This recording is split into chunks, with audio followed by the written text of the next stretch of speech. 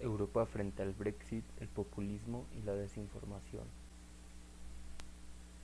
Este libro terminó de escribirse durante el confinamiento decretado por el gobierno de España con motivo de las personas consecuencias a escala a nivel mundial derivadas de la expansión del COVID-19.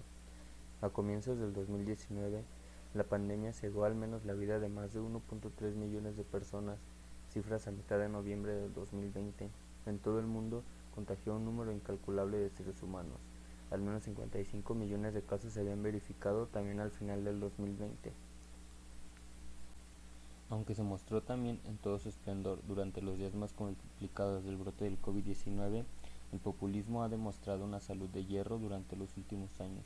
El fenómeno que inició a inicios del siglo parecía anecdótico, ha aumentado en legitimidad democrática y ha desencadenado acontecimientos tan relevantes como el Brexit o la llegada de Trump a la Casa Blanca. De un tiempo a esta parte, el populismo se ha beneficiado de la transformación arrolladora de la esfera pública global. El discurso público se ha vuelto global y ha sido completamente reestructurado en cuanto a sus actores, gatekeepers, influencers y audiencias. Las redes sociales han creado un ecosistema, un nuevo espacio público que se puede utilizar de manera flexible para enviar cualquier tipo de mensaje, pero con la posibilidad de poder segmentar muy fácilmente a las audiencias. Además, no cuentan con fronteras o límites estatales. Desinformación y fake news. En 2016 se produjeron tres acontecimientos inesperados de Donald Trump en las elecciones de Estados Unidos de 2016 y el resultado del primer referéndum para el proceso de paz en Colombia. Se ha señalado que para dichos resultados confluyeron el desarrollo de las tecnologías, redes sociales y el de las modernas estrategias políticas de comunicación para distinguir lo verdadero de lo falso. Es por ello que últimamente han ganado una inusitada notoriedad conceptos como posverdad, noticias falsas, fake news y desinformación. La primera y la segunda fueron designadas como palabra del año por el diccionario Oxford en los años 2016 y 2017, respectivamente, puesto que han quedado probadas diferentes campañas de intoxicación informativa para incidir en diversos procesos electorales en países democráticos tanto en Estados Unidos como en la propia Europa. La eclosión de las fake news, que forman parte de esta tradición de la mentira política y la desinformación, un fenómeno este último mucho más útil y evolucionado que la mentira, puesto que es mucho más difícil su identificación, análisis y desactivación. La diferencia no solo está en el contenido, sino también en las vías y la velocidad de transmisión y diseminación de las desinformaciones. Su escala ya no es más del local, sino global. Por tanto, su alcance se multiplica gracias a una compleja interacción entre infraestructura tecnológica, prácticas comunicativas y comportamiento social. Asimismo, la velocidad de producción, circulación y alcance de las noticias falsas en la actualidad tampoco tiene precedentes en la historia de la humanidad. Desinformación, información errónea y percepciones distorsionadas. Resulta un lugar común la argumentación de que el término noticias falsas resulta inadecuado para describir los complejos fenómenos de diseminación de informaciones erróneas o desinformaciones. Así lo corroboró el grupo de expertos de alto nivel de la Comisión Europea sobre noticias falsas y desinformación en línea en su informe final al estipular que el término noticias falsas resulta inadecuado para capturar el complejo problema de la desinformación, que implica no necesariamente lo falso, sino también aquellos contenidos y prácticas fabricados o inventados que van más allá de las noticias convencionales. La definición de desinformación propuesta a la Comisión Europea por parte del grupo de expertos de alto nivel tampoco distaba mucho de algunos de los intentos anteriormente descritos de definición del término de noticias falsas. Sin embargo, y viene siendo cada vez más favorecido por las instituciones y organismos nacionales y supranacionales, incluida la Comisión Europea, el Consejo Europeo, el Servicio Europeo de Acción Exterior o incluso diferentes gobiernos nacionales. Sin embargo, la desinformación también se viene usando frecuentemente como sinónimo de información errónea, con lo que su utilización no escapa también al problema de la falta de coherencia. Si bien incluso las instituciones europeas pudieron usar años atrás de manera indistinta los conceptos de información errónea y desinformación, Wardle y Darashkan hacen una distinción útil entre desinformación e información errónea basada en el nivel de facticidad y la intención de dañar. Esta distinción, sutil pero importante, puede contribuir a una mejor comprensión de si se debe de asignar responsabilidad a los involucrados en la difusión de la desinformación. Causas de la desinformación. En relación al contexto y a las causas esenciales de la desinformación, se ha verificado que la proliferación de la misma tiene causas económicas, tecnológicas, políticas e ideológicas interrelacionadas. Primeramente, la difusión de desinformación es un sistema de fenómenos más amplios que afectan a las sociedades sometidas a una rápida evolución.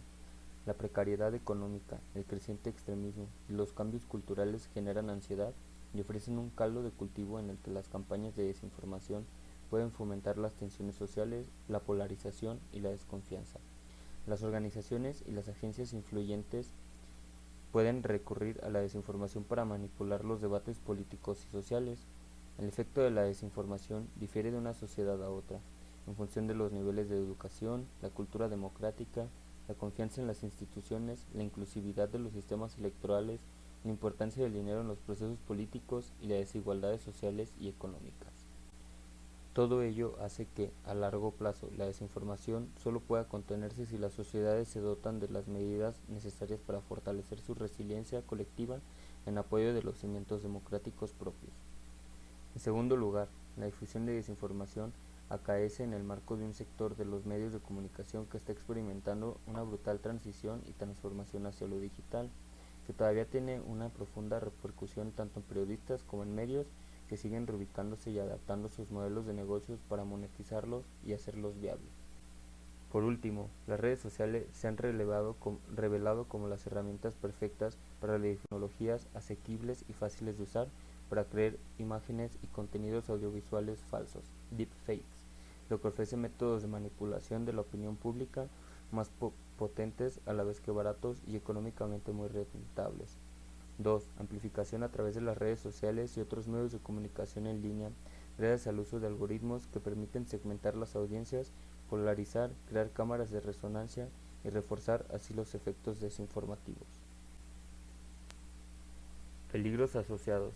El peligro latente asociado a la desinformación es que implica un proceso de borrado de la historia que culmina en una interrupción o bloqueo del pensamiento crítico, es decir, una negociación de los hechos. En este sentido, la desinformación mitiga el procesamiento consciente de la información, creando una estructura donde no se recreado principalmente como un término despectivo para etiquetar a las fuentes de noticias que no respaldan sus posiciones.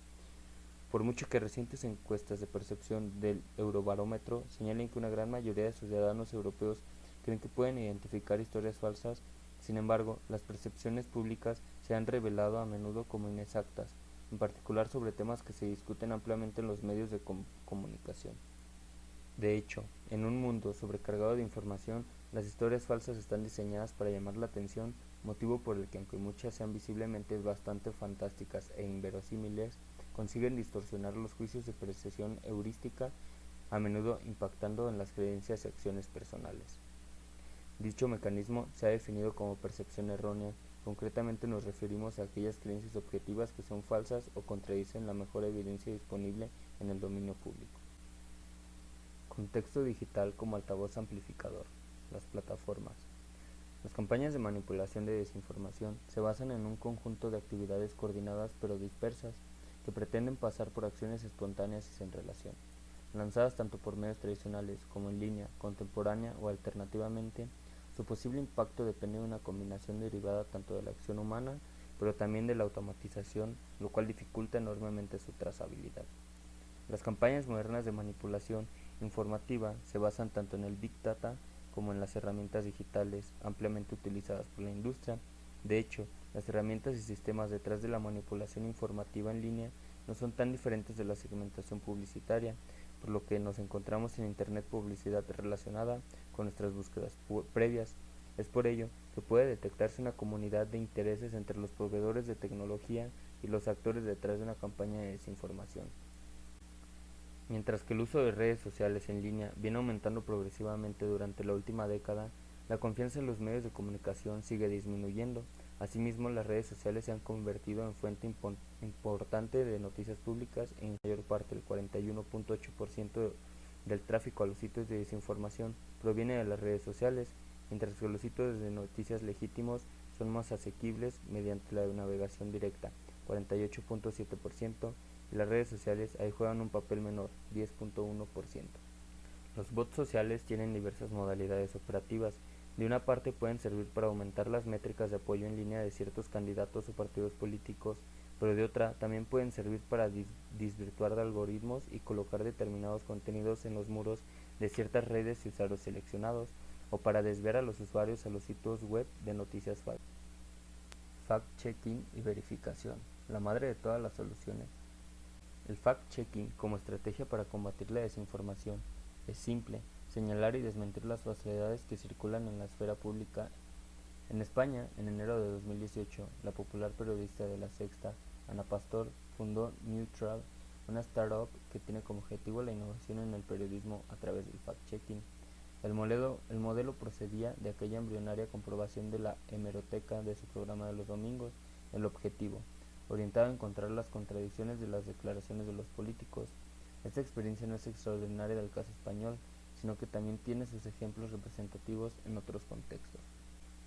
Es una estrategia que va pegada a la actualidad y que asume la agenda y los marcos de otros actores, a los que se verifican afirmaciones.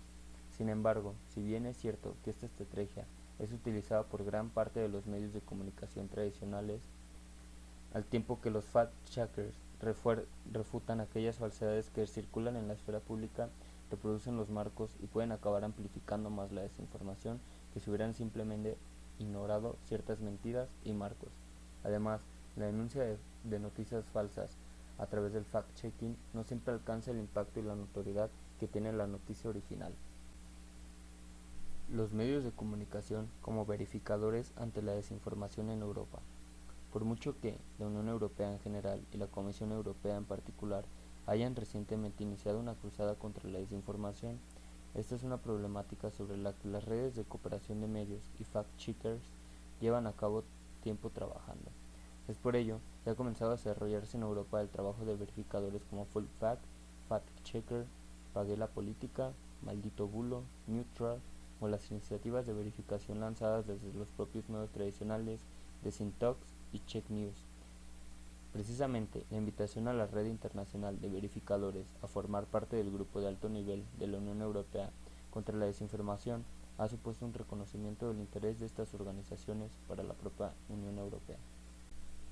Un análisis más fino de la red obtenida sitúa a los actores más centrales en el centro y reenvía a los más alejados a las periferias. La tendencia a que los actores del mismo tipo se encuentren agrupados en el centro, que son instituciones, fundaciones y fact-checkers, y la periferia, medios de referencia y alternativos, también sugiere que nos encontramos ante un espacio claramente competitivo y en proceso de jerarquización. En este sentido, si consideramos que los grupos compiten por establecer el diagnóstico hegemónico sobre la mejor estrategia en el combate de la Unión Europea contra la desinformación y por institucionalizar dichas estrategias en los grupos de trabajo de la Unión Europea, parece que se imponen las estrategias del fact-checking sobre las de establecimiento de la agenda, ya sea por medios de referencia o alternativos. ¿Qué políticas desarrolla la Unión Europea para comunicar con su ciudadanía? Por mucho que los resultados hayan diferido de lo esperado, resulta innegable que la Unión Europea viene disponiendo de una innegante maquinaria de comunicación que pretende alimentar a los periodistas internacionales establecidos en Bruselas con una pleyada de comunicados e informaciones que aquellos deben traducir y adaptar a los intereses e inquietudes de sus respectivas audiencias. Por eso, tanto instituciones como órganos de la Unión Europea poseen sus propios gabinetes de comunicación y portavoces, entre los cuales es el de la Comisión Europea el más nutrido. A estas alturas, resulta indudable que durante los últimos años, los servicios de comunicación europeos han venido experimentando una progresiva profesionalización, derivada también de la creciente coordinación entre los equipos de los comisarios y los portavoces, ubicados tanto en Bruselas como en las delegaciones exteriores de la Comisión. Asimismo, las instituciones vienen posibilitando el trabajo de los periodistas especializados en la Unión Europea por medio de un continuo flujo de informaciones en diferentes soportes, en muchas ocasiones a través de Internet y más recientemente de las redes sociales, que no solamente suscitan el debate de la necesidad de corresponsales en Bruselas en tiempos de crisis, de la capacidad de los mismos para gestionar eficientemente los ingentes flujos de información, de los que son provistos, sino que también entorpecen aquel propósito de ofrecer un único y claro mensaje institucional. Iniciativas de la Unión Europea para paliar la desinformación y las noticias falsas. Ante la preocupación suscitada a inicios de 2018, la Comisión Europea impulsó la creación de un grupo independiente de alto nivel, formado por 40 profesionales representantes de redes sociales y empresas tecnológicas, fact-checkers, medios de comunicación, académicos o miembros de la sociedad civil, encargado de elaborar el informe del Grupo Independiente de Alto Nivel sobre fake news y desinformación en línea, para desde una perspectiva institucional europea definir y cuantificar las desinformaciones, además de estudiar los posibles mecanismos legales y contramedidas para combatirlas. El informe, además de aconsejar el reemplazo de la expresión noticias falsas por la más genérica desinformación, sugería centrarse en transparencia de las noticias y su circulación en línea, creación de algoritmos de credibilidad, alfabetización mediática y digital, empoderamiento de usuarios y periodistas para combatir la desinformación, colaboración con fact-checkers independientes, sostenibilidad del ecosistema mediático, eliminación de anuncios en webs propagadoras de desinformación y la evaluación y el seguimiento continuo de las soluciones ofrecidas para verificar la eficacia de las mismas.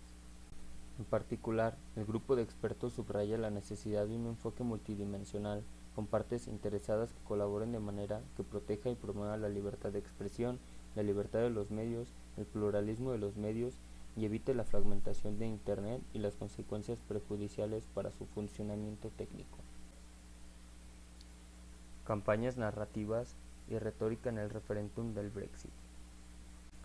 Probablemente uno de los últimos acontecimientos que han removido las estructuras del mundo occidental en la historia reciente fue la decisión del pueblo británico de optar en referéndum por dejar de pertenecer a la Unión Europea y dar el pistoletazo de salida al proceso de salida o Brexit. Conviene recordar que en el marco de los meses previos al referéndum se desarrollaron dos campañas de comunicación antagónicas, la de el Stronger In, que abogaba por la permanencia del Reino Unido en la Unión Europea, y la del Vote Leave, que defendía la opción finalmente exitosa de la salida británica de la organización supranacional. Lejos de desarrollarse en un contexto tranquilo y sosegado, recordemos que pocos días antes de la consulta, la diputada laborista Jo Cox fue asesinada a manos de un hombre y al grito de "Britain First", en lo que constituyó la trágica apoteosis de una intensa campaña que en ocasiones cruzó los límites de la libertad de expresión. De hecho, lo que debía haber sido una campaña de manera de comunicación política degeneró en una escalada de mentiras, drama y hasta de novela negra. Si bien el resultado del referéndum es de todos conocido, semanas después de su celebración, la victoria del no fue inesperada hasta para sus propios urdidores, quienes como Boris Johnson o Nigel Farage tenían poca idea acerca de cómo volver a ser un Reino Unido grande, ya sin el paraguas de poder transferir las culpas a Bruselas y en asuntos esenciales como la inmigración ilegal, el Sistema Nacional de Salud, Escocia, Irlanda o Gibraltar, entre otros. Brexit, campo de cultivo de diseminación de desinformación y noticias falsas.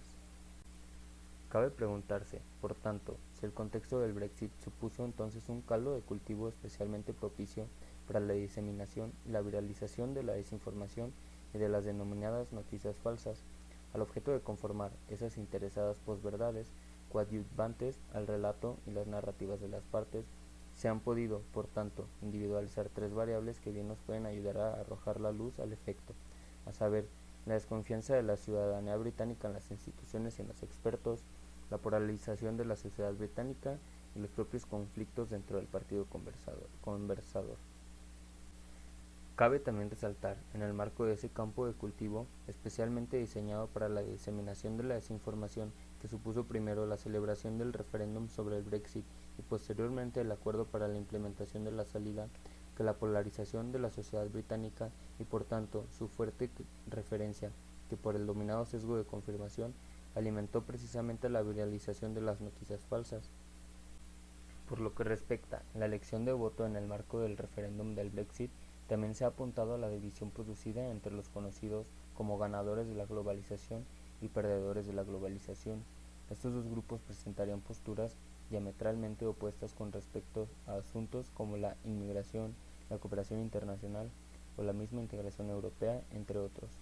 De una parte, los ganadores de la globalización, los jóvenes y profesionales con mayor formación en los centros urbanos, estarán a favor de una política de fronteras abiertas, inmigración y cooperación internacional, mientras que los llamados perdedores de la globalización, la clase obrera con menor formación y mayor edad, se mostrarían contrarios a dichas políticas aperturistas.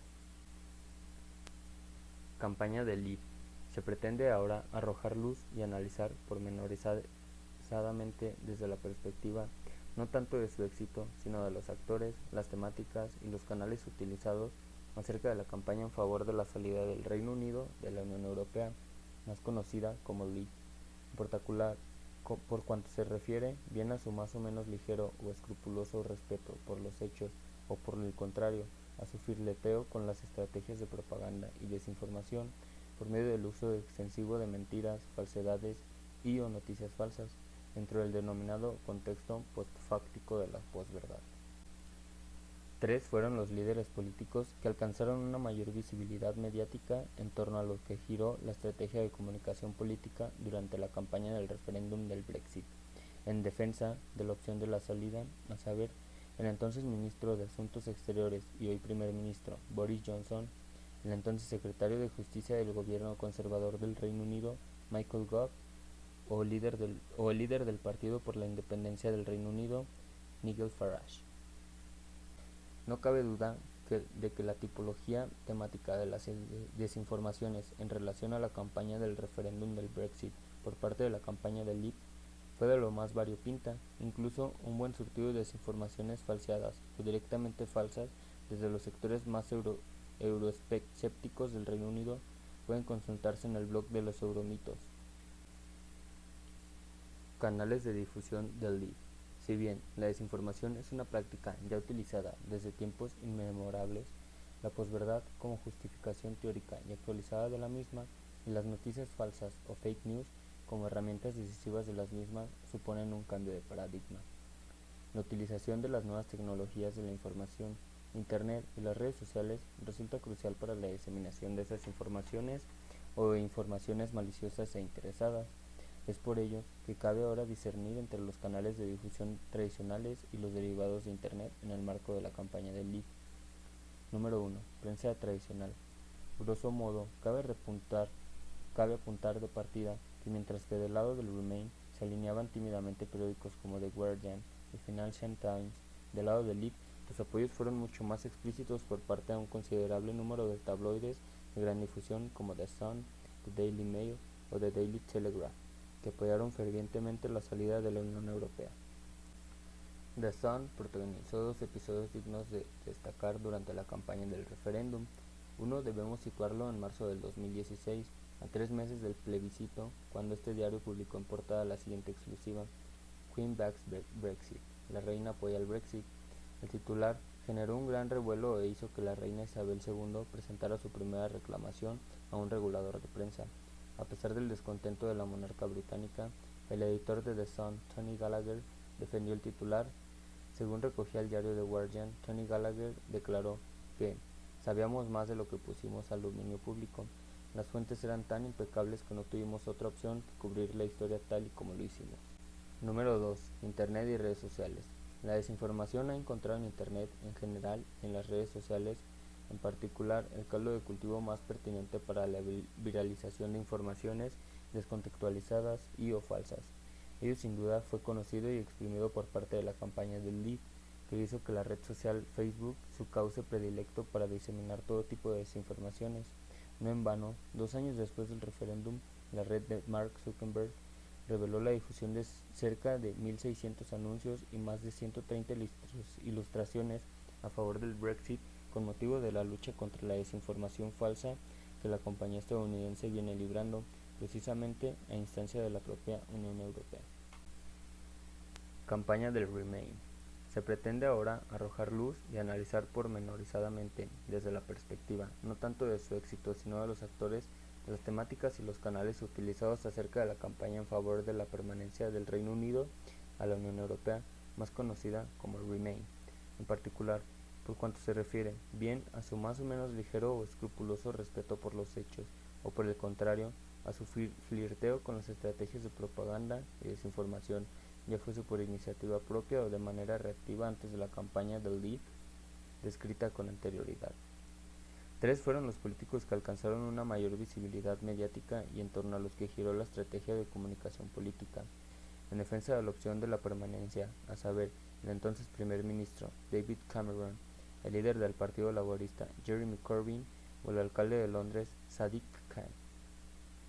Mientras que la campaña de Leave, como vimos, apuntó a las emociones y a ese sentimiento propio de los británicos de sentirse un pueblo elegido y especial, independiente de los propios europeos, así como específicamente a esa supuesta falta de credibilidad de los expertos. La campaña del Remain insistió mayormente en hacer un extenso uso de opiniones expertas y estadísticas en torno a las supuestas devastadoras consecuencias económicas del Brexit, es decir, fue mucho más factual y menos emocional, mucho más verídica y menos postfactual, algo que finalmente no estuvo directamente relacionado con el éxito final en las urnas. En todo caso, y por lo general, la campaña del Remain fue mucho menos elaborada y constante que la del Leave, fue menos confiable y menos flexible, en parte porque hubo de esperar a la resolución de las negociaciones con la Unión Europea y el nuevo acuerdo para poder orquestar las temáticas en torno a las que se organizasen. Ello motivó, incluso que hasta entonces, muy cerca de las fechas del propio referéndum, las caras visibles de la campaña no pudieran esgrimir públicamente las motivaciones para la permanencia, lo que a la postre, prácticamente, se fundamentó casi exclusivamente en los fríos números económicos del coste de la salida, pero sin apuntar a un verdadero relato acerca de las bondades de la permanencia. ¿Quién ganó la guerra de la desinformación del Brexit? El gobierno conservador, liderado entonces por David Cameron, claramente hizo dejadez de sus funciones a la hora de planificar la estrategia de comunicación en torno a la permanencia del Reino Unido en la Unión Europea, en el marco del referéndum del Brexit. Llegó mal y tarde y con una cierta desgana a pesar del enarrecido clima de desinformación propuestos precisamente por los euroscépticos partidarios del Remain. Cameron no midió correctamente las fortalezas de ambos bandos y pecó de un exceso de confianza en la victoria del Remain. En el referéndum, debido a una serie de factores, los partidos con mayor representación parlamentaria, como el Partido Laborista o el Liberal Demócrata, apoyaban a la permanencia del Reino Unido en la Unión Europea. La mayoría de los negocios y sindicatos mostraron también su apoyo y finalmente los líderes extranjeros y las organizaciones internacionales se sumaron a la campaña, o incluso el hecho de haber ganado previamente dos referéndums y unas elecciones generales. Dicho exceso de confianza determinó una campaña gubernamental muy light, centrada básicamente en alertar sobre los riesgos económicos de la desconexión, pero ignorando otros factores como la identidad del pueblo británico y los beneficios de la integración europea. No midió, en definitiva, la trascendencia del giro del relato en un periodo de tiempo exiguo. No advirtió que el mensaje del Leave había germinado a lo largo de décadas en un terreno abandonado también por el Partido Conservador, bajo la retórica victimista tradicional del Europa nos maltrata. Como consecuencia, si bien, contra pronóstico, la campaña del Remain perdió el referéndum, el Leave había ganado la guerra de la desinformación. Desinformación durante las elecciones europeas en datos. ¿Cuánta desinformación hubo realmente durante la campaña y la celebración de las elecciones europeas de mayo del 2019? Mucha, poca o regular. Y la que hubiese fue consecuencia del volumen de los ataques o de la numantina defensa europea. Muchas preguntas por resolver acerca de una cuestión que por su propia naturaleza no cuenta con un censo oficial. Según la plataforma contra la desinformación, Les Decodeurs, el video de esta sesión parlamentaria en el que se debatieron la crisis financiera, el resultado de la asistencia del Consejo de la Unión Europea en el G20 celebrado en Washington y los planes de la Comisión Europea para 2009, sigue disponible en la página oficial del Parlamento Europeo. En él se puede ver cómo la mayoría de los asientos están ocupados a la hora de la votación. De acuerdo con las cifras oficiales ofrecidas por esta plataforma del periódico francés Le Monde, 709 de 788 miembros del Parlamento Europeo participaron en la votación de ese 18 de noviembre del 2008. La fotografía anterior fue acompañada de comentarios descontextualizadores y engañosos. Fue tomada unos minutos antes del inicio de la sesión y en ella aparecen tres madrugadores parlamentarios. Sin embargo, la posterior captura la pantalla del video del plenario durante el transcurso de aquella sesión de hace más de una década. La Unión Europea ante el virus de la desinformación y las fake news. Por todo lo anterior, la Comisión Europea parece haber tomado conciencia de la necesidad de asegurar el proyecto europeo teniendo en cuenta los peligros y los desafíos derivados de las amenazas desinformativas. Concretamente, desde 2018, la Comisión parece haberse tomado en serio la lucha contra la desinformación y las noticias falsas, al desarrollar una serie de iniciativas y documentos de política. Ya en 2018, la Comisión Europea lanzó una encuesta de opinión pública del Eurobarómetro y una consulta pública, además de establecer un grupo de expertos de alto nivel y más tarde publicar una comunicación y un código de conducta. La intención de la Comisión fue la de dar un plazo razonable a las plataformas digitales, las redes sociales o los anunciantes de Internet para adaptarse al informe y a la comunicación antes de plantearse ulterior legislación sobre desinformación. Si bien es solo un documento de cuya implementación defenderá su eficacia, la Comisión se felicitó por el acuerdo de autorregulación que se llama Código Europeo de Práctica en Desinformación.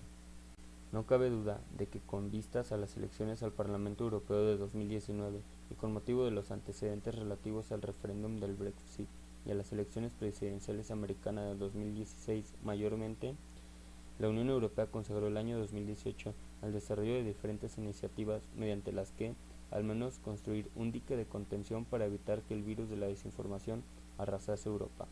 No en vano, dicho virus forma parte reiterada de las estrategias de poder blando de algunos países, entre ellos y mayormente durante los últimos años de Rusia, con el interés de crear una atmósfera de confusión y cinismo en la que existan tantas narrativas diferentes que al final no se pueda distinguir qué es verdad y qué no, socavando así los valores y la democracia occidentales bajo el paraguas de las teorías clásicas del relativismo moral.